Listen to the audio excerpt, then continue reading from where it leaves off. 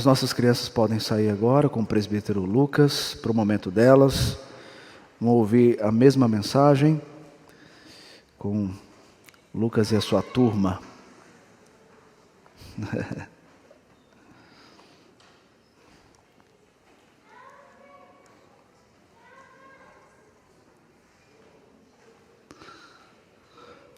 Bênção de Deus às nossas crianças, não é mesmo?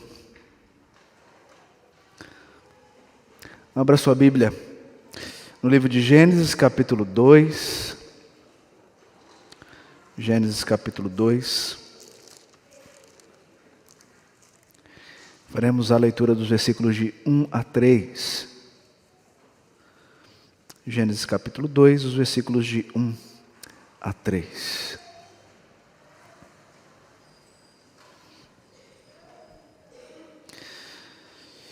Assim, pois, foram acabados os céus e a terra e todo o seu exército.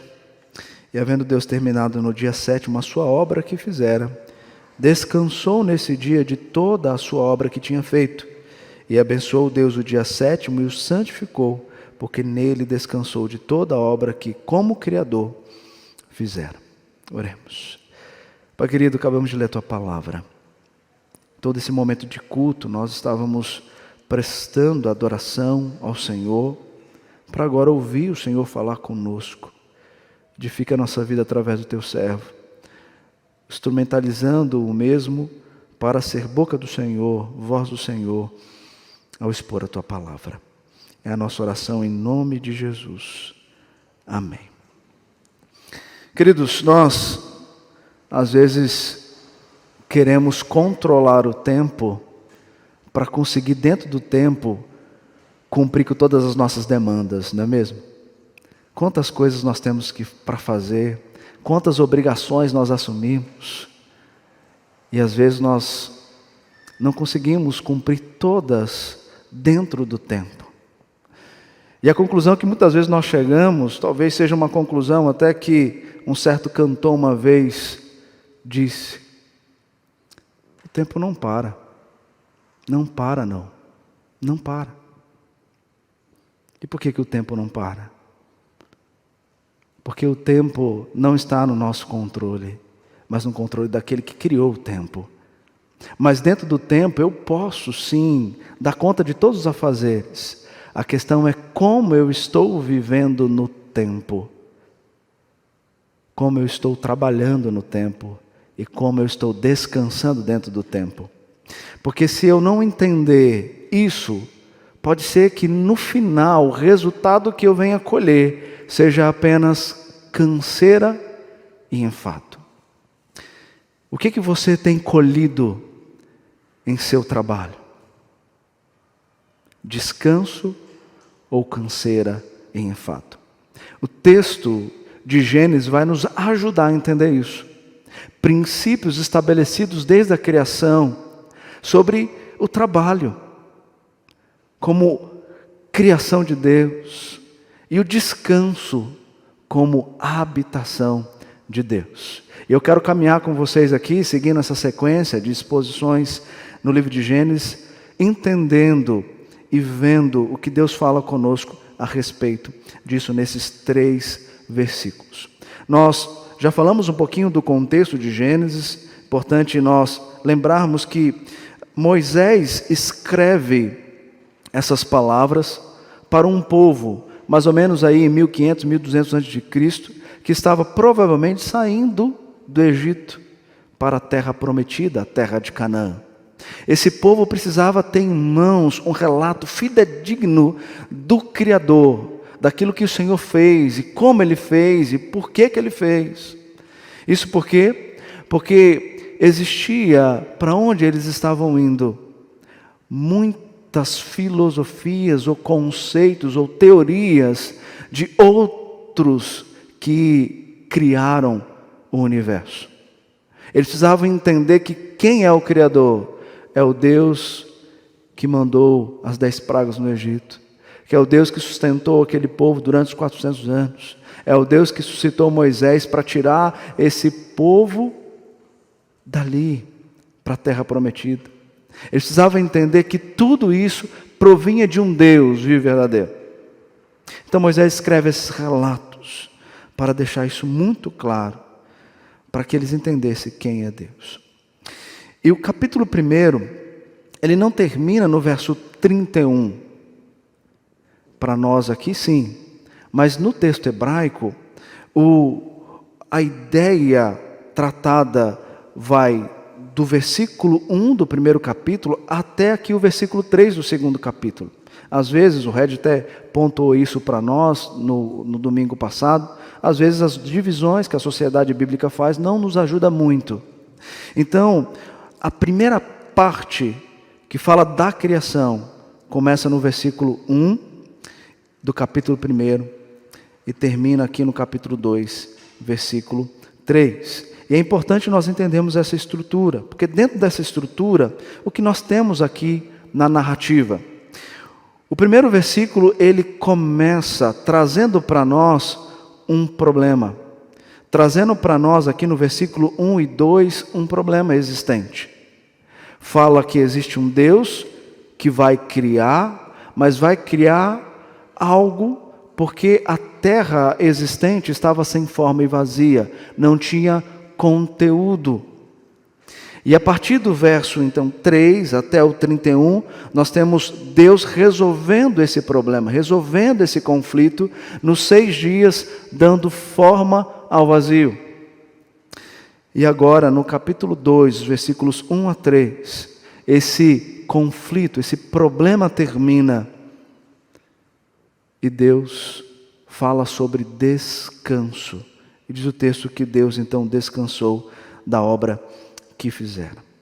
A estrutura que eu quero visualizar com os irmãos, dentro dessa ideia de trabalho e descanso, se encontra nos 3 versículos, sendo uma divisão em cada versículo. O primeiro versículo vai falar para nós sobre essa criação que foi finalizada. E nós podemos pensar nela olhando para o conceito de trabalho estabelecido por Deus. Depois o versículo 2 vai nos ensinar a respeito do descanso de Deus. Que descanso é esse? De fato, Deus descansou no sentido de parar e não fazer nada? Nós vamos entender isso olhando o versículo 2. E por fim, no versículo 3, um dia separado em que Deus abençoa e santifica esse dia, que é o dia 7º. Trabalharemos então essas 3 divisões com a igreja. Em primeiro lugar, a criação finalizada. Olha o verso 1. Assim, pois, foram acabados os céus e a terra e todo o seu exército. A ênfase principal do texto aqui, de fato, dos versículos 1 a 3, é nos chamar a atenção para o descanso. Mas Deus descansou do quê? De algo que Ele fez anteriormente. Nos 6 dias Deus criou todas as coisas. E depois descansou. Houve trabalho para depois existir descanso. Então nós temos que entender que dentro da construção que Moisés traz para nós, o acabar, o terminar aqui, tem a ver com esses 6 dias de Deus criando, dando forma ao vazio. No entanto, nós precisamos entender que essa cena inicial que a Bíblia traz para nós demonstra um Deus que trabalha, um Deus que cria, um Deus que preserva a sua criação por meio da sua providência, que também é trabalho, mas com um propósito bem claro, estabelecido desde a fundação, antes da fundação do mundo no plano eterno de Deus. Por que Deus, em 6 dias, precisou trazer à existência e dar forma e conteúdo ao vazio? Porque Ele tinha um propósito estabelecido. E por isso que o texto dá ênfase agora que dentro desse propósito é que acabou. Mas o acabar aqui, o terminar aqui, não tem a ver com agora cessou. Mas tem a ver com aquilo que foi planejado e concluído. Então entenda que terminar não tem a ver com parar. Terminar tem a ver com enxergar o que foi planejado e perceber que ele foi concluído. De que forma? O texto do capítulo 1 diz para nós que tudo que fizera era muito bom, porque quem fez foi o próprio Deus. Então o verso 1 nos diz isso.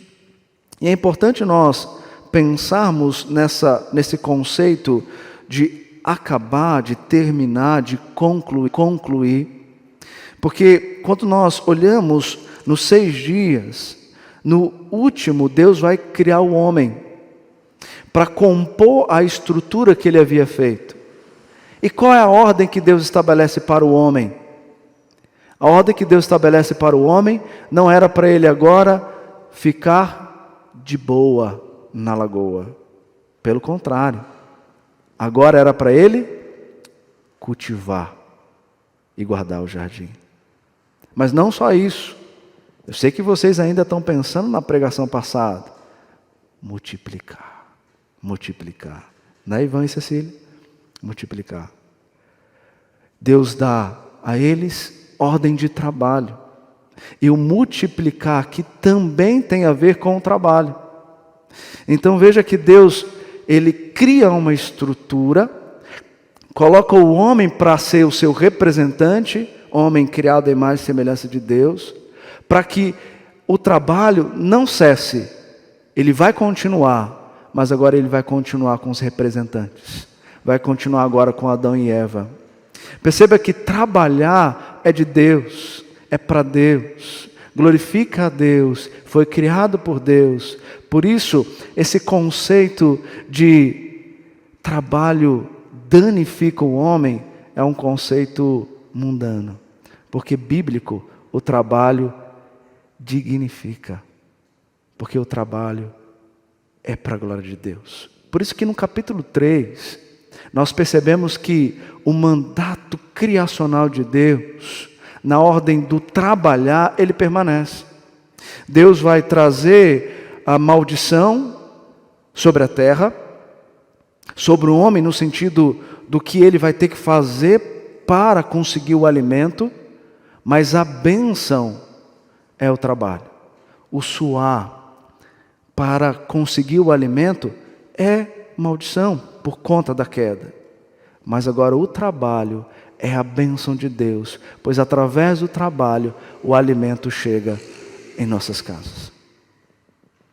Então quando Deus ele estabelece e provisiona o homem para dar continuidade na ordem de cultivar, preservar, subjugar e governar, isso está fazendo com o intuito de mostrar que o trabalho ele deve ser buscado, pois ao fazer isso, glorifica a Deus. Heber Júnior, no livro dele, Amando Deus no Mundo, ele tem uma parte que ele vai falar sobre o trabalho dentro da cosmovisão cristã.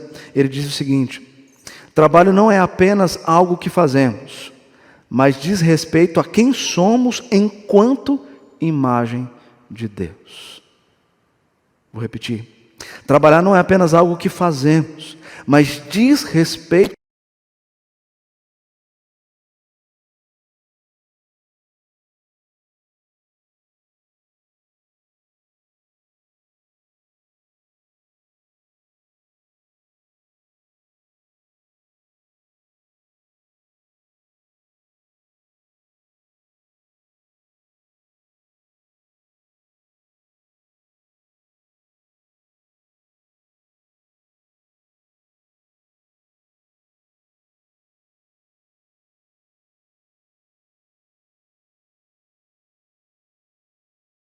próximo com as benesses que podem ser desenvolvidas da criação, porque isso é mandato social, e gerenciar a natureza, ressaltando suas riquezas de recursos, ao mesmo tempo que a protege de abusos, porque isso é mandato cultural. Deus para o trabalhador dele é para olhar para os 6 dias como modelo de trabalho e enxergar nele que agora, como seus representantes, nós trabalhamos com um propósito estabelecido. Sabe qual é o problema, muitas das vezes? nosso com o trabalho, é porque nós não trabalhamos com propósito. Nós trabalhamos para que o trabalho nos dê coisas que queremos mais do que tudo. E muitas das vezes, mais do que Deus queria que tivéssemos. Trabalhar para o Senhor é entender que na sua profissão você está cumprindo uma missão. O trabalho é uma extensão de quem você é como filho de Deus. E por isso que o trabalho tem a ver com servir. E servir as pessoas no sentido de mostrar a elas a imagem refletida de Deus em cada ato que você tiver ali nos seus afazeres. Isso é trabalho. Isso é de fato enxergar a luz daquilo que Deus fez e estabeleceu e deu ordem a isso. Então, quando o versículo 1 diz assim, pois foram acabados, veja que ele vai colocar isso dentro da ideia de estrutura, céus e terra, a estrutura, mas vai chamar a atenção para o ser vivo, para os elementos vivos dentro da estrutura, céus e terra e estrutura. E ele vai falar aqui de todo o seu exército, porque agora esse exército é que vai dar continuidade ao trabalho, cultivando, guardando, alimentando, criando, desenvolvendo, impulsionando, tudo isso para que numa sociedade que necessita de trabalhadores dentro da sua construção, sejam trabalhadores que cumprem um papel para a glória de Deus. Nós temos uma sociedade, essa sociedade necessita de ser enxergada dentro desse conceito de cidadão em trabalho, pois assim é que nós subsistimos. Então perceba que quando você tem a clareza de um trabalho dentro da perspectiva divina, é fato que o seu trabalho não será como resultado de canseiro e enfado. Pelo contrário, o seu trabalho vai ser pesado, mas vai ser gratificante, porque o resultado dele é glória de Deus, é testemunho para Deus. Portanto, o versículo 1 demonstra que há trabalho e que esse trabalho finalizado dentro do projeto trinitário dos 6 dias é para nós o modelo de como devemos estabelecer ordem ao caos, sendo nós representantes de Deus em trabalho. Em segundo lugar, o texto vai falar para nós de descanso. Versículo 2: E havendo Deus terminado no dia 7º a sua obra que fizera, descansou nesse dia de toda a obra que tinha feito. Perceba no texto que por 3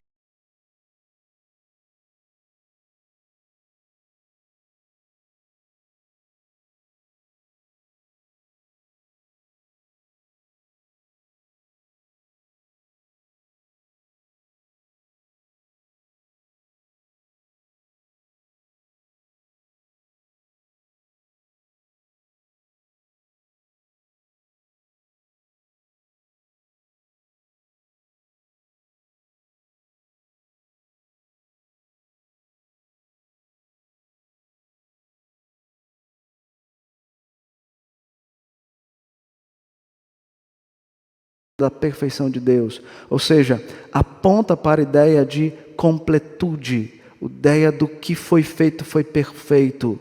E por isso que agora dentro do tempo de dias, eu posso ter um dia separado para um descanso também perfeito. Toda a obra que tinha feito. A palavra descanso aqui, queridos, traz a ideia então de completo. Calvino vai dizer o seguinte: Moisés afirma de toda a sua obra que tinha feito. E ao fazer isso, ele realça o atual estado da obra como Deus quis que fosse, como se quisesse dizer: então foi completado o que Deus propusera a si mesmo para fazer. E isso nos leva à compreensão que o cessar, aqui, como nós falamos, não é abandonar, até porque a existência de todas as coisas subsiste em Deus, mas de mostrar que dentro do caos a ordem proposta por Deus foi estabelecida e agora, então, nós podemos descansar. Mas afinal, que descanso é esse? Deus descansou no sentido do descanso que muitas vezes nós buscamos, o ócio, colocar as pernas para o ar, se jogar na cama e assistir um Netflix, falar: hoje é o dia que eu vou descansar, não vou fazer nada, vou deitar naquela cama lá e que venha a mim todas as coisas.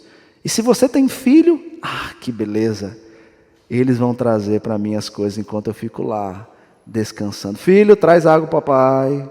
Filho, traz comidinha aqui. Papai está cansado, papai trabalha muito, né, para trazer coisa para vocês dentro de casa. Então, é hora de vocês ajudar papai. Não é esse descanso que a Escritura está dizendo. Não é esse descanso, o descanso trazido aqui por Deus. Lembrando, nos sermões passados, nós falamos da linguagem de acomodação. A linguagem de acomodação aqui é que Moisés, escrevendo para esse povo que está saindo da terra do Egito para a terra prometida, eles precisavam compreender essa dimensão do descanso dentro da linguagem que eles conheciam. Eles precisavam conhecer a ideia de trabalho dentro da linguagem que eles conheciam. Então ele acomoda isso, apontando para Deus, para mostrar que o descanso em Deus é o descanso necessário. Então o descanso, queridos, significa completude de uma obra para deleite de tudo o que está diante dela. Deus criou todas as coisas, colocou o homem no jardim, deixou estabelecida a ordem do trabalho. Agora o homem pode trabalhar em descanso. E sabe por quê? Que o homem pode trabalhar em descanso? Capítulo 3 de Gênesis vai nos ajudar. Porque o descanso significa habitação de Deus. Quando lá em Gênesis 3, diz lá para nós, que Deus andava pela viração do dia, é porque Deus criou uma estrutura para ele residir nela. Deus criou todas as coisas, colocou o homem e ele passa a habitar nela. E descanso significa a habitação de Deus. Vocês estão lembrados do sermão de manhã?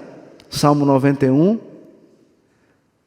que o versículo fala que nós vamos descansar no Altíssimo, no esconderijo do Altíssimo. Esse descanso é o descanso em Deus. Como lemos em Hebreus capítulo 4, ele aponta para Jesus no versículo 10, dizendo: porque aquele que entrou no descanso de Deus, também ele mesmo descansou de suas obras, como Deus das suas. O descanso tem a ver com a habitação de Deus, e não de cessar trabalho, e não de parar. Perceba que o homem não parou de trabalhar, mas ele pôde trabalhar diante da presença de Deus. Você pode fazer muita coisa, você pode ter muitas atividades no seu trabalho, mas para você não colher canseiro e enfado, você precisa entender a habitação de Deus em você. Nós vamos aprofundar um pouco mais nisso.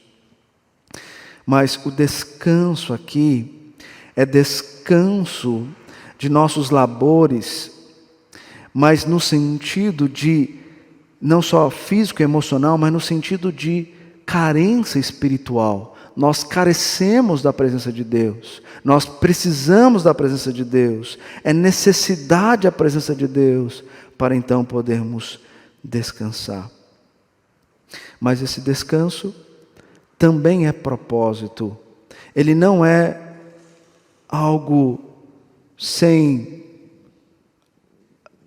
coisas determinadas, mas é com propósitos estabelecidos, porque o descanso é um descanso de renovação. É descanso de renovação. Por isso que o versículo 3 vai nos ajudar, em terceiro lugar, a pensar nisso. Em terceiro lugar, a bênção e a santificação do sétimo dia, quando diz: e abençoou Deus o dia sétimo e o santificou, porque nele descansou de toda a obra que como Criador fizera. Deus conclui estabelecendo uma ordem, o descanso santificado depois é estabelecido como um dia de renovação. Um dia de renovação. Perceba que o texto fala para nós, versículo 3, de bênção e de santificação. A bênção, nós sabemos que é o favor divino. E o santificar é separar algo do seu uso comum.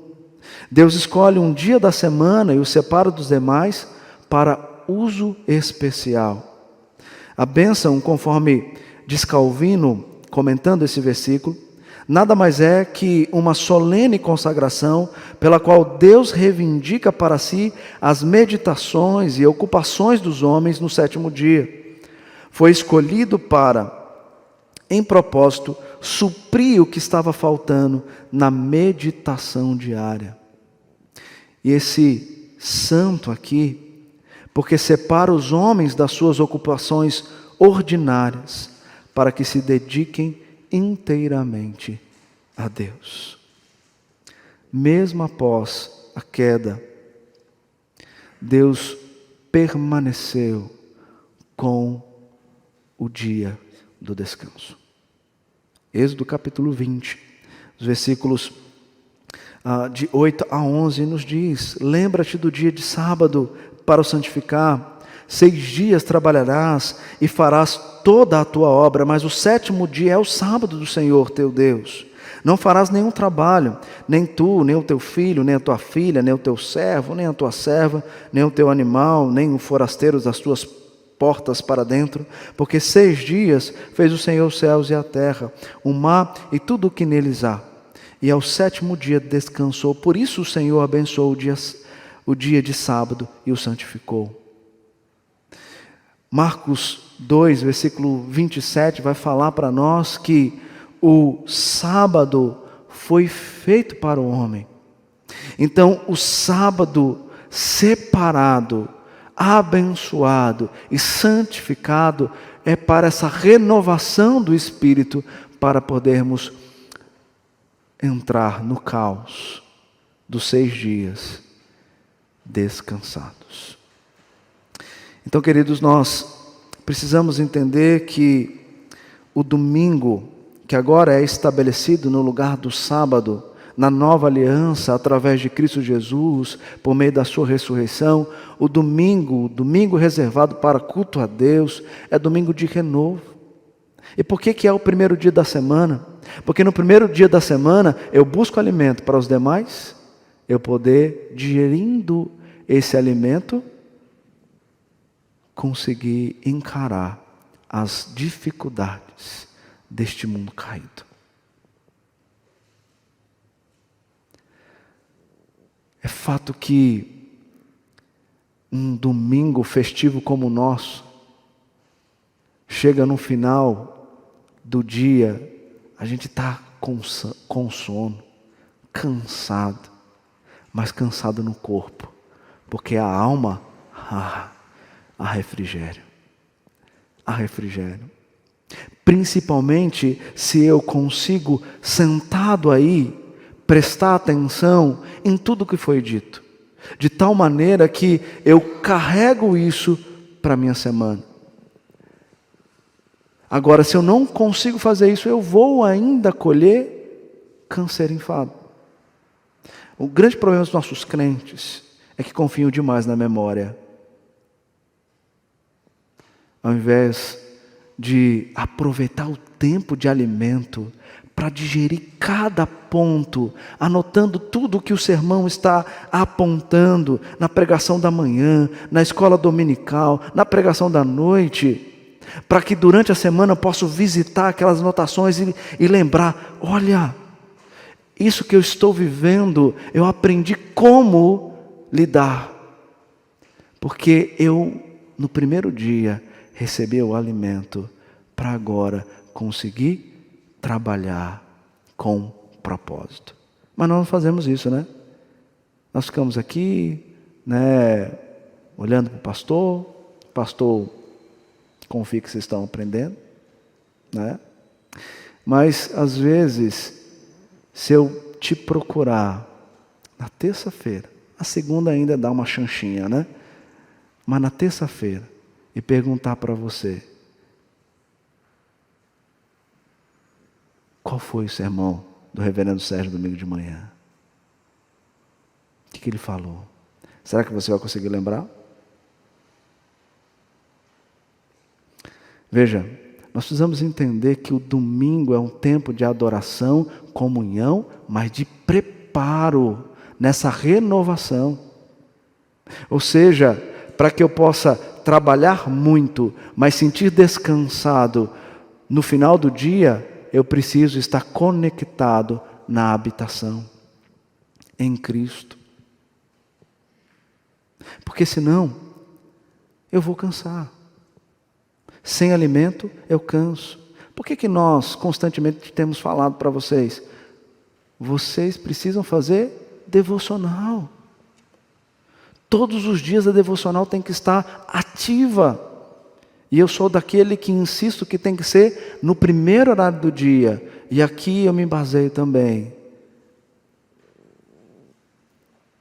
No primeiro horário do dia, fazer devocional, buscar o alimento, se vestir com a armadura de Deus para poder encarar as ciladas, as dificuldades, o patrão gente boa que nós temos, os colegas que nos amam de paixão, que não quer o nosso lugar, pelo contrário, nos ajuda a crescer dentro da empresa, não é mesmo?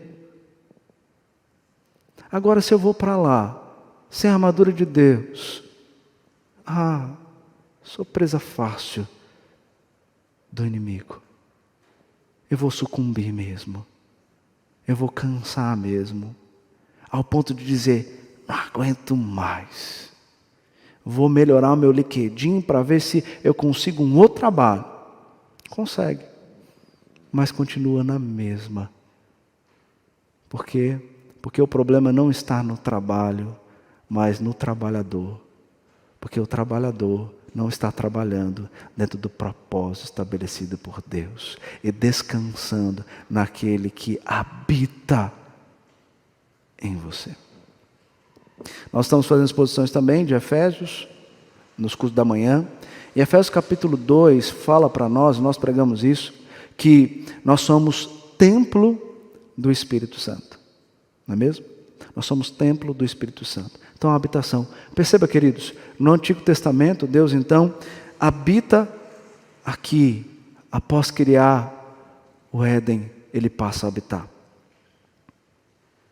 Mas o homem peca, quebra o pacto.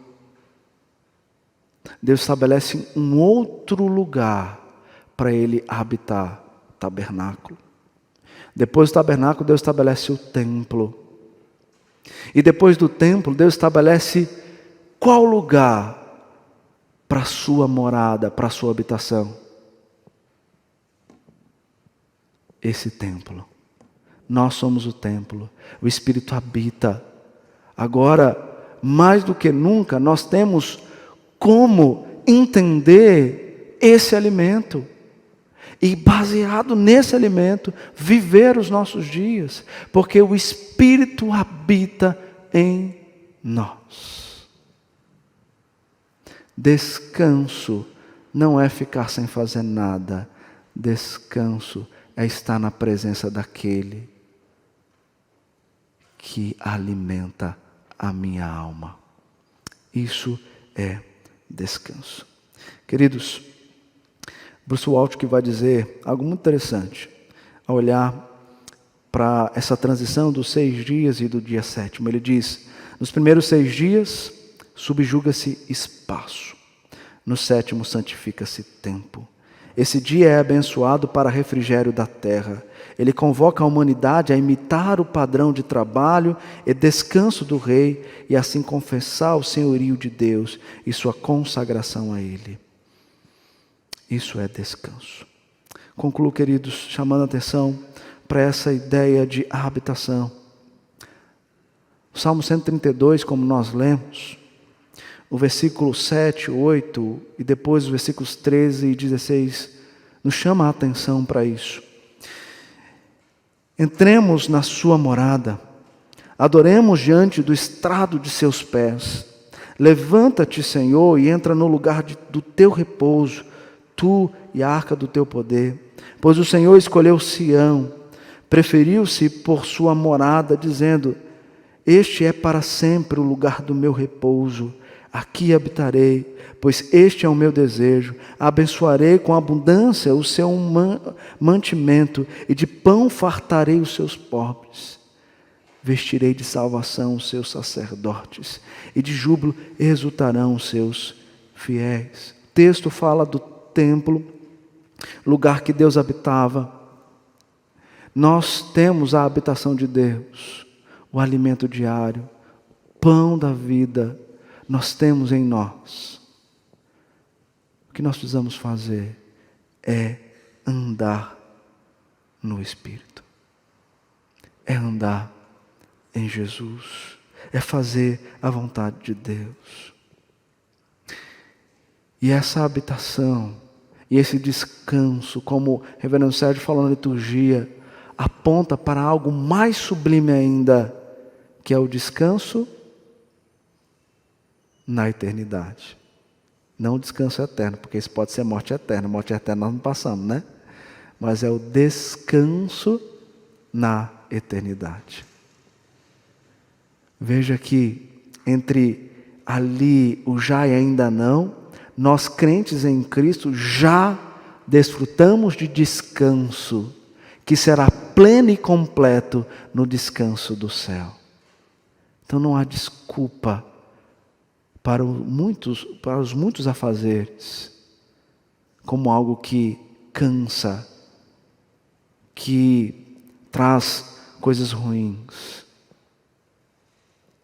O que falta é entendermos onde devemos estar, para onde devemos ir e com quem nós devemos estar.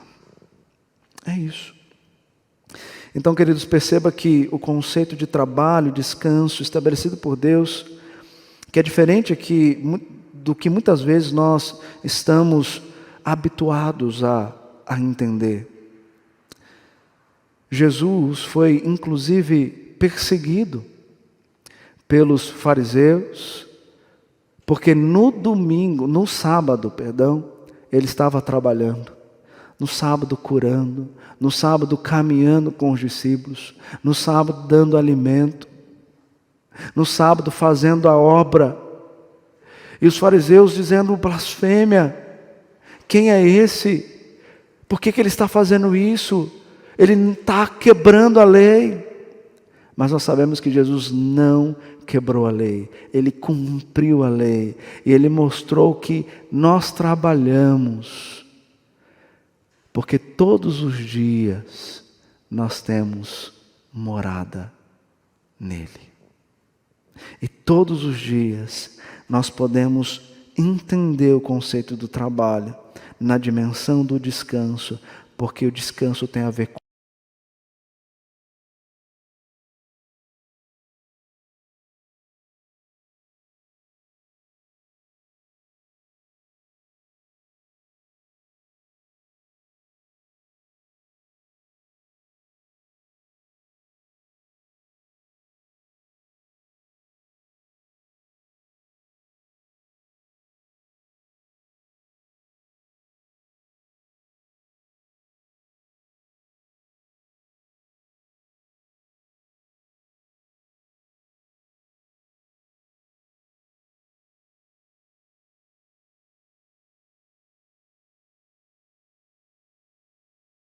canseiro, enfado, não é excesso de trabalho, porque Jesus trabalhou muito. O povo não dava descanso para Jesus, não. Quando Jesus ia repousar, chegavam lá: ô Jesus, cura nós aqui. Não tinha descanso. Os discípulos: não, deixa para depois. Não. Meu Pai trabalha. Meu Pai continua trabalhando. Trabalhar é isso. Descansar é enxergar isso. Então, queridos, que possamos trabalhar muito, mas trabalhar com propósito. Porque trabalhamos para a glória de Deus. O trabalho é a nossa missão, é a extensão daquilo que somos, faz parte da nossa identidade como imagem de Deus. Enquanto nós estamos trabalhando, o corpo cansa, porque o corpo está debaixo dessa estrutura da queda. Mas a alma, ela não cansa quando ela está na presença daquele que diz: vinde a mim todos que estáis cansados e sobrecarregados, que eu vos aliviarei. Que Deus nos ajude a trabalhar e descansar naquele que habita em mim.